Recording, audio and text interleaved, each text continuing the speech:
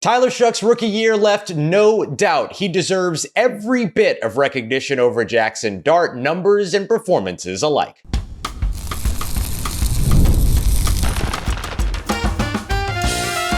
You are Locked On Saints, your daily New Orleans Saints podcast.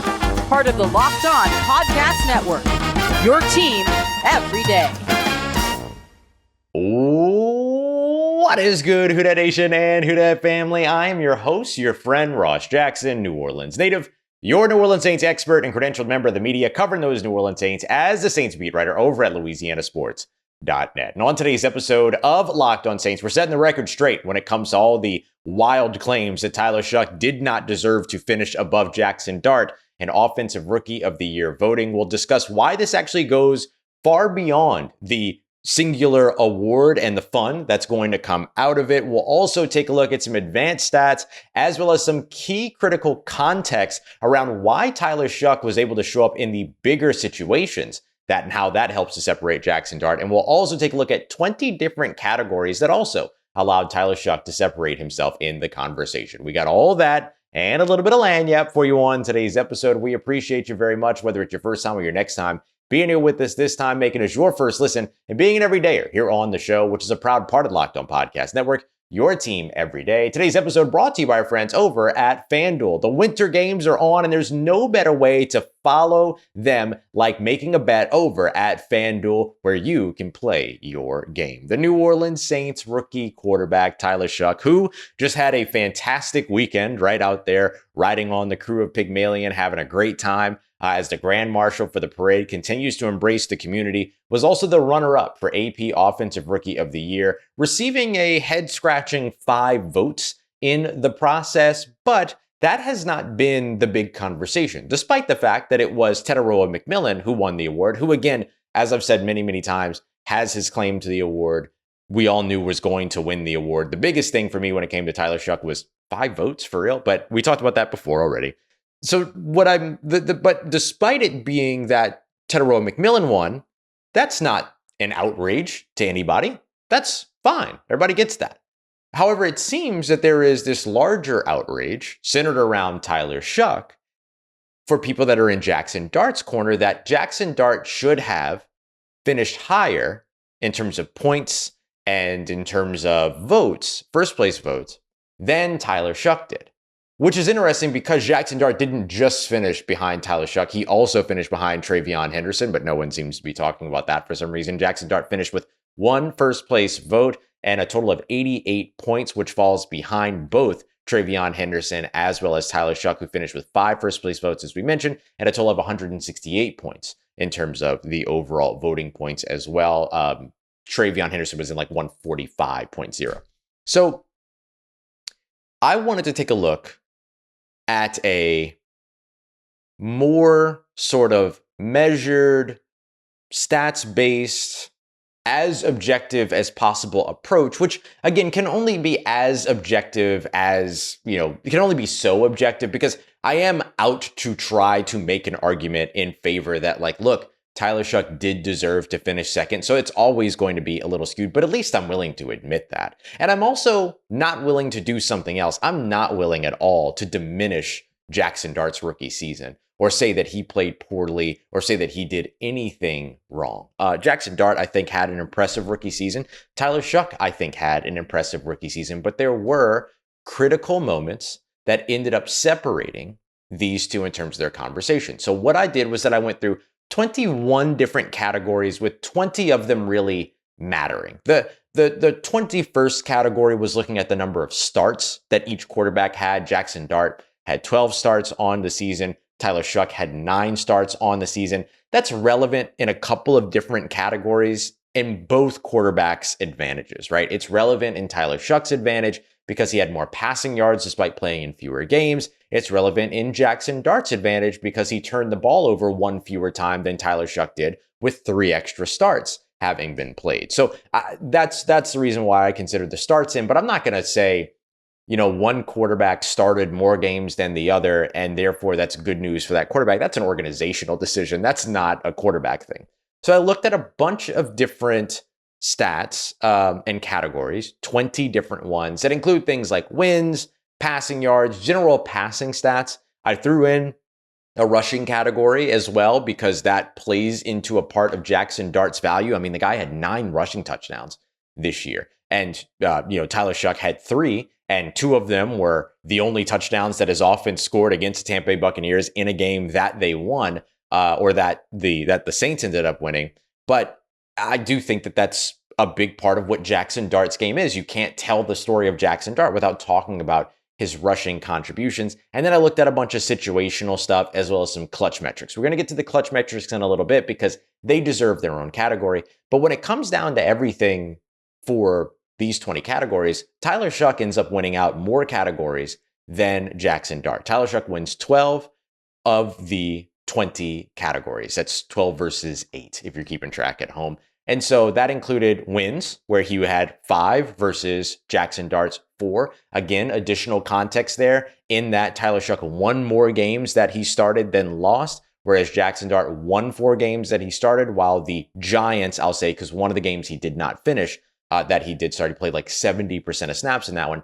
The Giants lost in that one. But so I'll say the Giants lost 8 of the games that Jaxson Dart started. Tyler Shough had more passing yards, 2,384, just over 100 passing yards, 110 is like literally 112 passing yards more. It's not a ton, but again, started fewer games. So contextually, that makes sense to notch as a win for Tyler Shough. Tyler Shough had more yards per attempt as well, 7.3 versus Dart's 6.7. Now, 6.7. Now, Jaxson Dart had 15 passing touchdowns to Tyler Shough's 10 passing touchdowns. And therefore, Jaxson Dart had the higher touchdown percentage. So those were 2 categories that he walked away with. And then finally, looking at a couple of other things in the passing category, Tyler Shough had the better completion percentage by multiple percentage points. Jaxson Dart threw 1 fewer interception. Tyler Shough had a slightly higher interception percentage because of that, 1.8 versus 1.5. And then the last piece kind of being passer rating, which Jaxson Dart won by 0.4, but it's a win nonetheless for him in that range. Tyler Shough also with a lower sack percentage, 8.66 versus 9.36. So if you're keeping track, that is 1, 2, 3, 4, 5 categories in favor of Tyler Shough in the passing game, while for Jaxson Dart, 1, 2, 3, 4, 5 categories. So they were pretty even when it came to walking away from things as a quarterback. Then you hand over another win to Jaxson Dart for additional rushing yards. But then when you start to get, rushing touchdowns. But then when you start to get to the situational stuff, that's where things get a little bit more tricky for Jaxson Dart. 3rd down completion percentage goes to Tyler Shough. 3rd down passer rating goes to Tyler Shough. 4th quarter completion percentage goes to Tyler Shough. 4th quarter passer rating goes to Tyler Shough. 4th quarter touchdowns goes to Tyler Shough. There's a lot of that is a big part of the story around Tyler Shough's season. So when you go into all of the situational categories, with the exception of 3rd down conversions, those categories end up working in Tyler Shough's favor at a rate of 7-1 over the course of those that are contextually relevant to those situations. And that's including 2 categories that I haven't even introduced yet that we're going to break down here in a little while: 4th quarter comebacks and game-winning drives. And so situationally, he was also the better quarterback. And if you ask me, the thing that a quarterback is supposed to do for you, because yes, a wide receiver won, but we're having a quarterback to quarterback conversation here. The thing a quarterback is supposed to do is show up when the team needs him most and win football games. And I think when it comes to those 2 categories in particular, and these 20 categories help to break all that down, but we're trying to tell the overall story that these 20 categories tell. Those are the 2 bits of that story. Tyler Shough takes home both of those wins. Coming up next, he did it in clutch moments, he did it in the bigger situations, and he also walked away with the highest highs and avoided the lowest lows. Those all help to separate him from Jaxson Dart as well. I'll explain as we continue on with today's episode of Locked On Saints, part of Locked On Podcast Network, your team every day. Today's episode of Locked On Saints brought to you by our friends over at FanDuel. The Olympic Winter Games are here, and if you're anything like me, you're definitely tuning in. These are some of the biggest events that you only get to see on the biggest world sports stage every 4 years. And that's why following along with the Winter Games over at FanDuel just makes sense, because they help make everything bigger. From medal counts all the way to individual events, you're going to be able to find your angle to the sports that you care about most And FanDuel is giving you more ways to be connected to the action, the drama of the curling matches, hockey games, and all the fun that comes along with that. All of it is there for you as FanDuel keeps the entire Olympic experience engaging from start to finish. So don't miss out on your opportunity to get in on the Olympic Games today by visiting FanDuel.com. The Winter Games are on, and there's no better way than to follow them with FanDuel. FanDuel, play your game. Again, you can get started over at FanDuel.com today.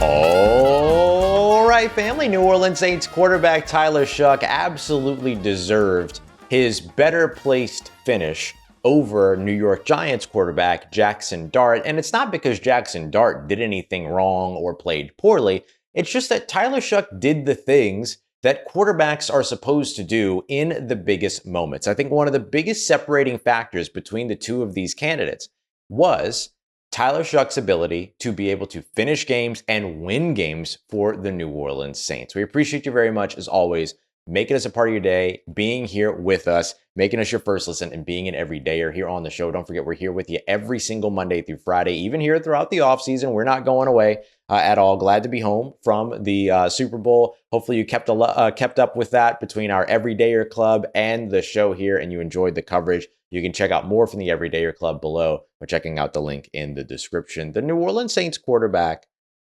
position is one that's been in turmoil basically ever since Drew Brees retired, right? I think that's fair to say. Oh, excuse me. Hall of Fame inductee Drew Brees. I stand corrected. But really since that, I mean, look, going to Jameis shortly, which worked until it didn't. Like, what a big what if that is for the New Orleans Saints, right? Like that 5-2 year before the injury against the Tampa Bay Buccaneers, what that could have been with Sean Payton, all that. There's so much what if-ness tied up into that, because after that, the next year, Sean Payton goes away. Rumor has it that he wanted to come back, but the Saints didn't necessarily go for that. And then he ended up going over to Denver. And now, like, he just marched Denver all the way to an AFC championship game within a couple of years. And so, like, the what if of that is always going to be super interesting. But they go from that to also playing Taysom Hill and Trevor Siemian. Ian Book took snaps that year. The Saints have started Jake Haener, Spencer Rattler, Derek Carr during that time. And of course, it wasn't until they kind of hit this stabilizing moment, or rather, they didn't really hit a stabilizing moment until they turned things over to Tyler Shough partway through the 2025 season. He went 5-4 as a starter. And again, we say, and I've said before here on the show today, I just said it, the most important thing when it comes to evaluating a quarterback is, can you win games with him?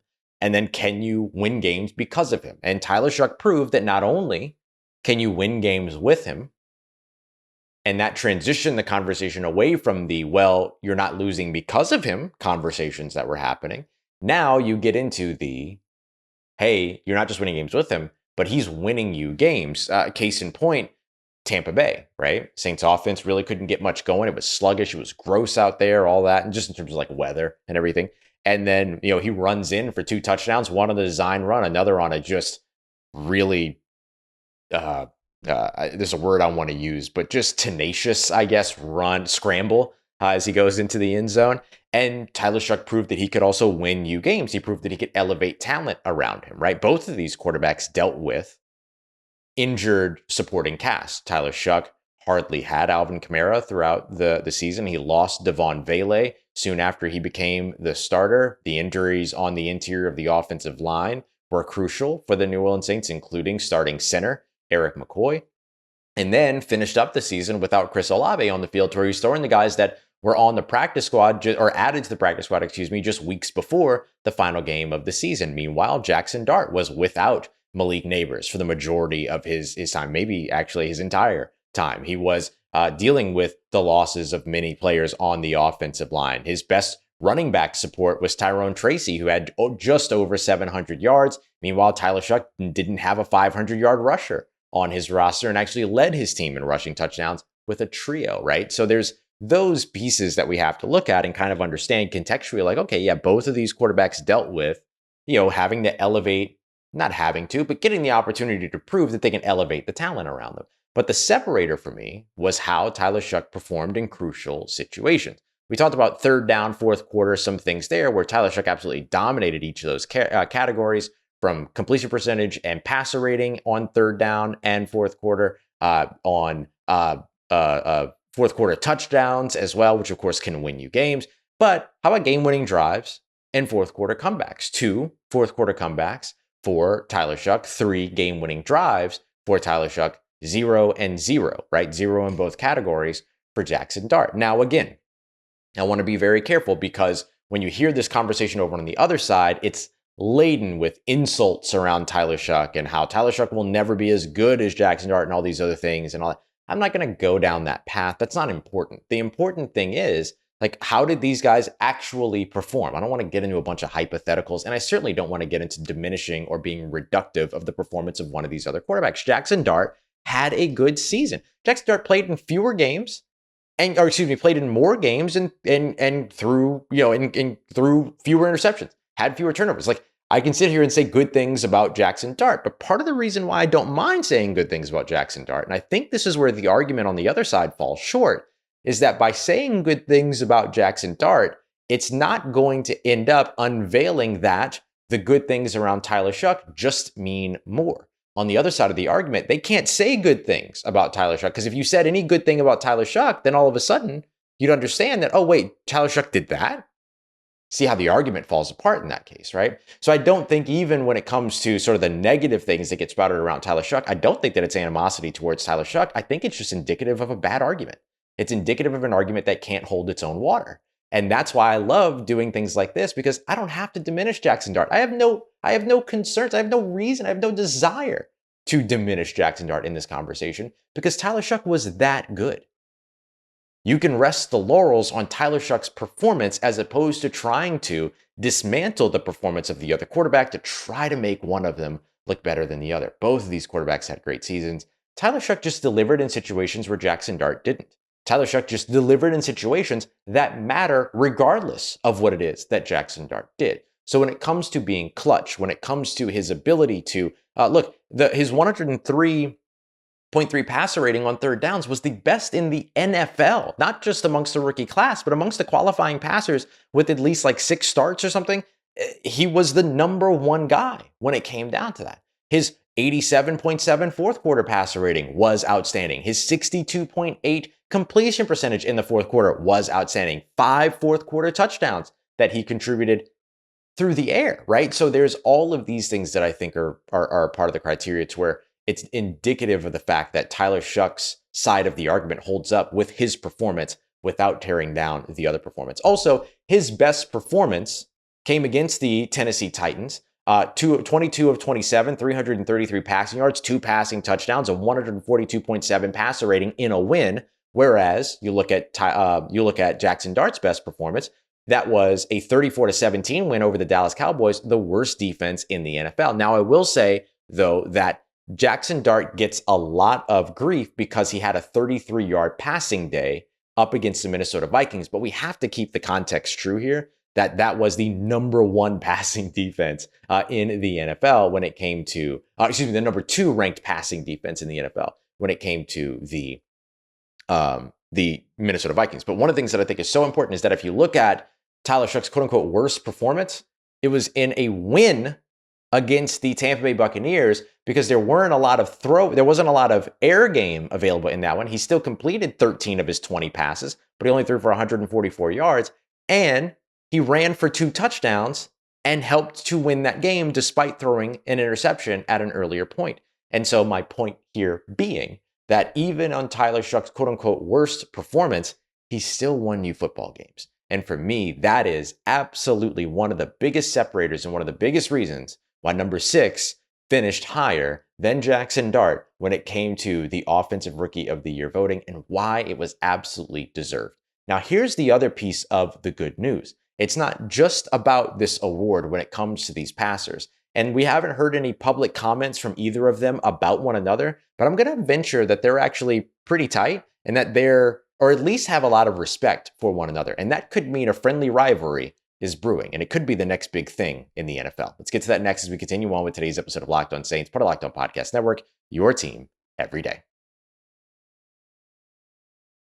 Today's episode of Locked On Saints brought to you by our friends over at Indeed. If you're hiring, keep in mind Indeed is all you need. Indeed Sponsored Jobs is here to make sure that your job doesn't get buried in a bunch of other job postings and that instead you appear right at the top of the page to make sure you can find those high quality candidates faster. According to Indeed's data, sponsored jobs posted directly to Indeed are more than 90% more likely to report a hire than non-sponsored jobs. So don't miss out on your opportunity. Like we've seen maybe some Hall of Fame voters miss out on theirs. Spend your time investing and interviewing candidates that check all your boxes with less stress, less time, and more results using Indeed sponsored jobs. And right now, listeners to this show will get $75 in sponsored job credit to help give your job the premium positioning that it deserves. Just head over to Indeed.com/LockedOnNFL. That's Indeed.com/LockedOnNFL. Terms and conditions apply. Indeed.com/LockedOnNFL. Hiring, do it the right way with Indeed.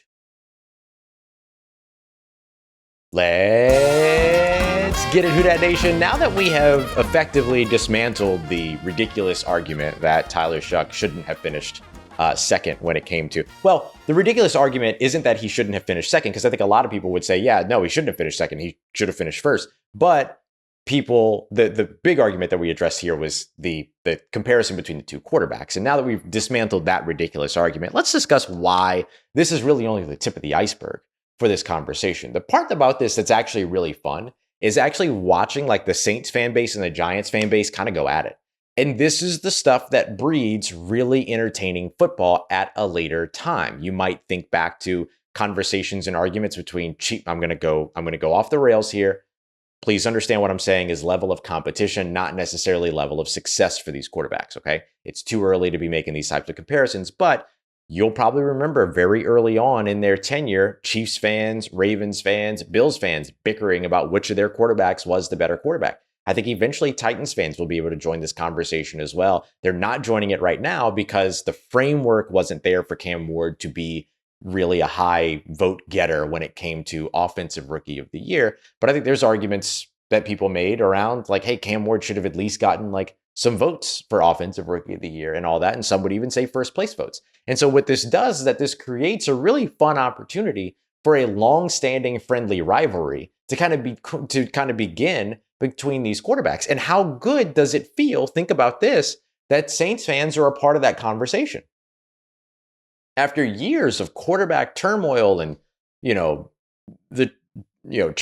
this and Las Vegas church sermon that, and, this injury and that injury and whatever, like all the stuff after years of that turmoil. Now, all of a sudden, the thing that's bringing Saints fans up in arms is defending a quarterback as opposed to rallying against one. And that's got to feel really good to be a part of that conversation, right? Guys like Cam Ward, Jaxson Dart, Tyler Shough, they have the ability and the promise to be the next big things in the NFL. This might be one of the better quarterback draft classes that we've seen in some time, especially when you think about going back to the days of like the Kenny Pickett, Malik Willis, and the other guy from Ole Miss whose name I don't remember anymore, but like that draft class, Matt Corral, that draft class, no disrespect to him, but like he just hasn't been around the league. But like that draft class didn't really pan out the way that people thought that it would. The Davis Mills of the world didn't really pan out the way that people started to kind of buy into the hype around that. And make no mistake about it, media will buy into, and I'm saying that as if I'm not a part of the media, but like but there's going to be a large and loud contingent that's going to super buy into a second quarterback in this draft class, where it's not just going to be Fernando Mendoza, somebody you haven't heard about for months, all of a sudden is going to be the next big thing. Like it happens every year. And this upcoming quarterback class might not pan out. The Saints entered the quarterback conversation at the right time, entered the head coach search at the right time. Like if they would have waited on either one of those for another year, cooked. They would have been cooked. They would have been absolutely cooked. And so this is great for them. And it's great for you as a Saints fan that you now get to take part in the right side of that conversation. You get to be a part of the trio of fan bases arguing about whose quarterback is the better quarterback, whose future is the better future. That's awesome. That's really, really good. And so, oftentimes these guys that are like I'll call them draft classmates, right? They're in the same draft cohort, in the same draft year and class. A lot of times they'll they'll drive connection between one another. Like they know each other. They went through the process together, all this other stuff. And so they'll all have respect for one another. But there can be some competition there because they've been there. They all kind of started at the same time. And so I think that this is where this can get a lot of fun moving forward. That the friendly competition that drives between the career trajectories of Jaxson Dart, Tyler Shough, Cam Ward, that's going to be a lot of fun to watch. And so, look, the media conversations are going to be the media conversations. The radio conversations are going to be the radio conversations. The bickering and the arguing is going to be what it is. But the cool part here is that you get to be a part of it. You actually get to be a part of no, we have the best draft quarterback. No, we have the best draft quarterback from that year. No, you get to be a part of that. And that's really cool. And that is a big time about face, right? What a change. What a change from where we were, talking about this team and how the fan bases were talking about their teams and things like that to where you have the ability to go next. And I don't think Fernando Mendoza is going to be far away from that conversation. He won't be the draft class, right? It's not the same draft class. We won't be a part of that conversation, but he could potentially be a part of that next, quartet of great quarterbacks that are developing in the NFL. So, relish in that. That's going to be a lot of fun. So even through all the bickering, even through all the hurling of this insult, that insult, or this diminishment, that diminishment, this reduction, that reduction, the fact of the matter is that this is great for the game. And this is great for all three of these fan bases. Eventually, the Raiders fan base gets to probably take part in this too. I'm a big believer in Fernando Mendoza. I think he's going to work. It's an awesome showing. And look, I want to say too, just to be very fair, I mentioned the Kenny Pickett, Malik Willis, Matt Corral draft class. Malik Willis is on the up and up. There's no doubt about that. Like if I was a GM of a team in need of a quarterback, I'd roll the dice when it comes to Malik Willis. There's absolutely no doubt about that. But for Saints fans and for Giants fans, for Titans fans, like this is going to be a lot of fun that you now get to be a part of the conversation around the next big quarterback or the next big quarterbacks in the league. And I think especially for Saints fans, the winding, meandering road it took to get here, there's a lot of appreciation in that. All right, family, time for a little bit of lanyap here too. We got a little bit of the news cycle, right? I made some little insinuations here and there about Derek Carr, and I talked about Chipopo, and I talked about the church and the church sermon and all this other stuff. Well, there's kind of a reason for that. So the expected return of Derek Carr to the NFL seems to be growing more and more. I'm not going to say likely, but I'll say more and more possible with each day. And the latest kind of like conversation that has now entered the chat is around the Minnesota Vikings. Minnesota Vikings are dealing with kind of an uncertain future at quarterback with JJ McCarthy, and whether or not that investment is really working for them, how much time they need to invest in terms of maybe allowing him to figure things out, allowing them to figure him out, right? It's not a one-sided situation at all when it comes to developing a quarterback. A team has to be doing the right things as well. And so maybe, just maybe, they'll be in some kind of a, how do I want to say this? Some kind of a veteran quarterback or even veteran bridge quarterback hunt. Our good friend Luke Braun over at Locked On Vikings has already gone down the rabbit hole of having conversations with our friends over at Locked On Bengals. Talk about trading for Joe Burrow. That kind of feels very dead in the water. James Rapine, host of Locked On Bengals, was kind of like, yeah, bro, it ain't happening. But we want to throw over some day 3 picks to the New Orleans Saints for a quarterback that doesn't have a future here in New Orleans, that hasn't played a game in over a year, which typically isn't a good thing in the NFL. That usually doesn't work out. I think the New Orleans Saints probably be very interested in that. They'd certainly take that phone call. Now, of course, the Minnesota Vikings just fired their general manager, Kwesi Adofo-Mensah, but once that's all said and done and settled with their new GM hire, maybe that's something that they're interested in. I would point out, too, the New York Jets, as well as the Arizona Cardinals, being places that could be potentially interested in Derek Carr. So we'll continue to follow this story here as the offseason goes along. Ideally for the Saints, that some team is interested. According to some reports, teams have been checking in on Derek Carr. They feel that he has no throwing limitations. The shoulder's okay. Who would have thunk?